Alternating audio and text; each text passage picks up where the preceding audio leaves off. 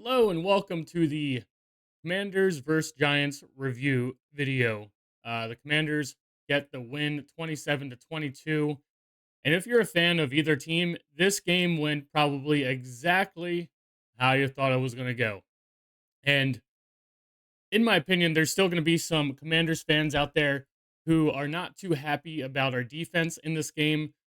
We were up by a touchdown or more than that, and all we needed was one stop by the defense here at the end of the game. And of course, Daniel Jones goes down and scores a touchdown to make this somewhat interesting at the very end of it.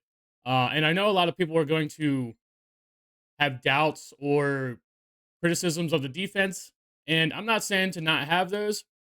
But what I will say to Commanders fans is Daniel Jones sucks. We know. With Giants fans, you know too. You know Daniel Jones sucks.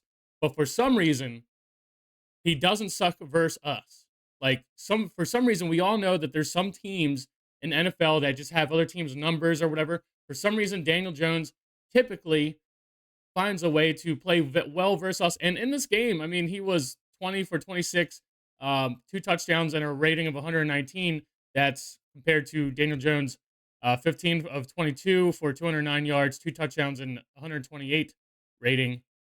Daniel Jones didn't play terrible. He didn't play very well either. If you know the context, if you watch the game, he didn't play perfect. He didn't play anywhere near good enough, but he wasn't terrible. But the thing is, he used to kill us. He used to find a way to beat us. And as bad as the defense was at times in this game, just remember that these games used to be losses.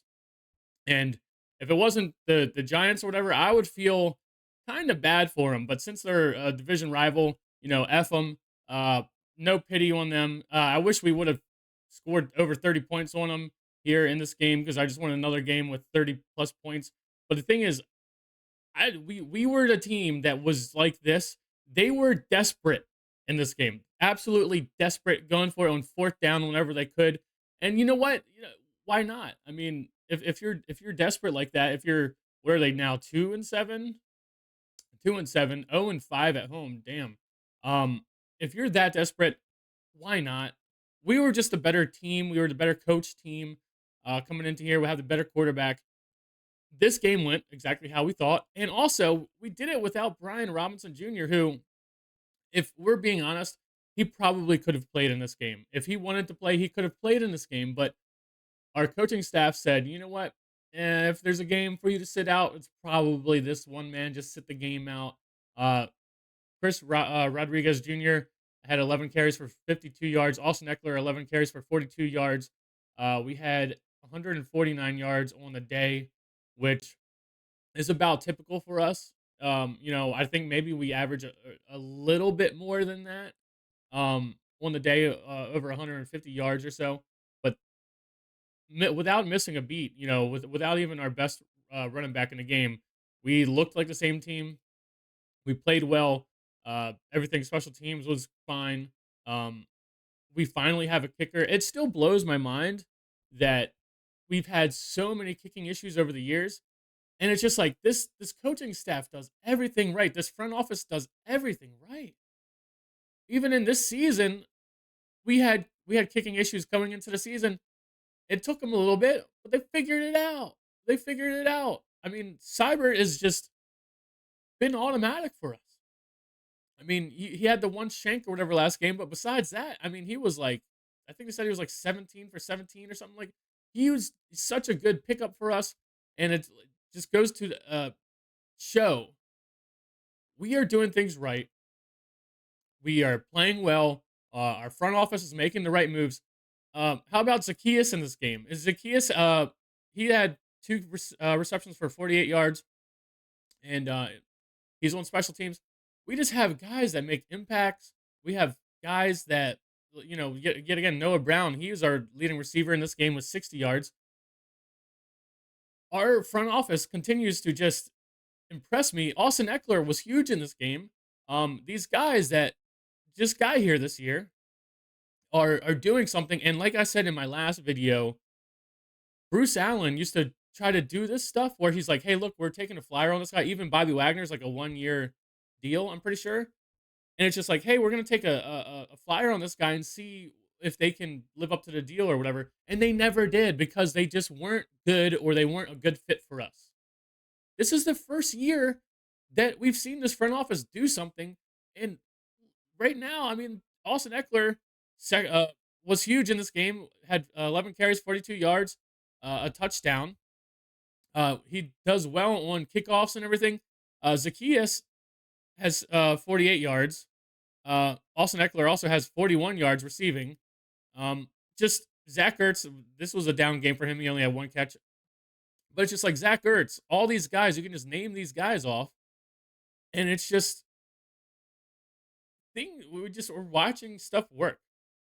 We're just watching stuff work. And in this game, like so used to how we used to be that even I like sit here and question us sometimes. Like at the end of the game here, it was about to be the 2-minute warning. Me, probably just like the Giants defense, thought, "Hey, we're gonna run the clock down here. We want to be safe. No reason to snap the ball here." They snap it, get a what, 38-yard, 40-yard pass down the field. Caught the Giants sleeping back there. But yet again, that's what I'm saying. Me too.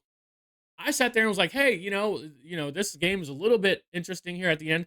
How about we just keep running the clock out, do whatever we can, run the ball as much as we can." Just that's my mindset because I'm used to not having Jaden Daniels. I'm used to not having this success. And oh my god, at the end of the first half, the touchdown to Terry McLaurin. We had 11 seconds left, right? 11 seconds. I'm sitting here. This is what I'm talking about. The mentality is where I still have that old mentality of where we weren't good, and I don't have faith, and I just I have to see it to believe it. We're down 11 seconds. I'm sitting here thinking, oh, good, we're gonna kick a field goal before half, and we're gonna get out of here, and we're gonna still be up. I don't remember what the score was at that time, but I think we would have been up by 2 scores or whatever at half, and then we get the ball back. I'm like, we're looking good. No, they want more. They want a touchdown, a beautiful pass, like you could amazing pass by Jane Daniels over the shoulder, over the defender's shoulder for a touchdown to Terry McLaurin. It blew my mind. Like the team that I root for, the team that I love, is blowing my mind. Every single game, there's something that I'm like, wow. I used to watch good teams do that shit.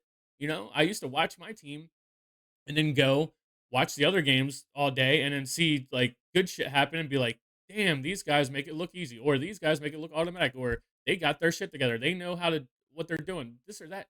And now it's my team doing it.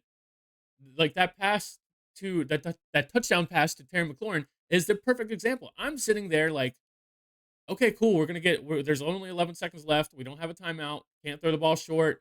You could take. I knew like you could take a shot to the end zone, but it's still risky. You want to make sure we get the field goal here to go in half. No, they are winners. They want to win. Jaden Daniels wants to win. We already knew Terry McLaurin wanted to win. We already knew he was a winner. But this coaching staff, Cliff Kingsbury, has been insane this year. There's a few calls, and especially in the red zone in this game, where yet again I just didn't love the call by Cliff Kingsbury. Like there's like at least one play I'm thinking about when we're trying to take a shot into the end zone. It's just like there's nobody open, and it's kind of like the way that the play was designed, it just didn't work. So, but yet again, that's nitpicking criticism. The dude's been great all year. Matching him with Jane Daniels has been amazing. And I don't know what else to say. It's just week in and week out, like these guys blow my mind, and it's been very fun. And if you were a fan of this team for the last 20 years, this is extremely fun for you because finally the fruits of our labor of being fans and putting up with all this shit for so long is finally paying off. And it means more to you now because you went through all that shit. We're not the Patriots fans. We're not Yankees fans where every single year, not the Patriots anymore, but when they had a dynasty, it's like every single year they're used to winning. They got spoiled. It's like we've been through 20 years of shit, and for us to have my mind blown every week, it is just so much more ecstatic. It makes the game that much even more fun. But yet again, game went exactly how we thought it went. No surprises here. Did our job. Did what we needed to do. We're 7-2, and that's all I got, man. On to the next one. Hopefully, we figure out what was up with some injuries in this game tomorrow. But besides that, this was business as usual. Everything we expected. No surprises. That's all I got for you guys. I will see you in the next one. Join the Discord. It's free if you want to come talk to us during the games and just during the week about everything. We share as much news as we can. We sit there and race each other to be the first one to post the news that pops up on social media. So join the Discord. It's free. You can talk to uh, other Commanders fans and even some other fans of other teams. But that's all I got for you guys. I'll see you in the next one.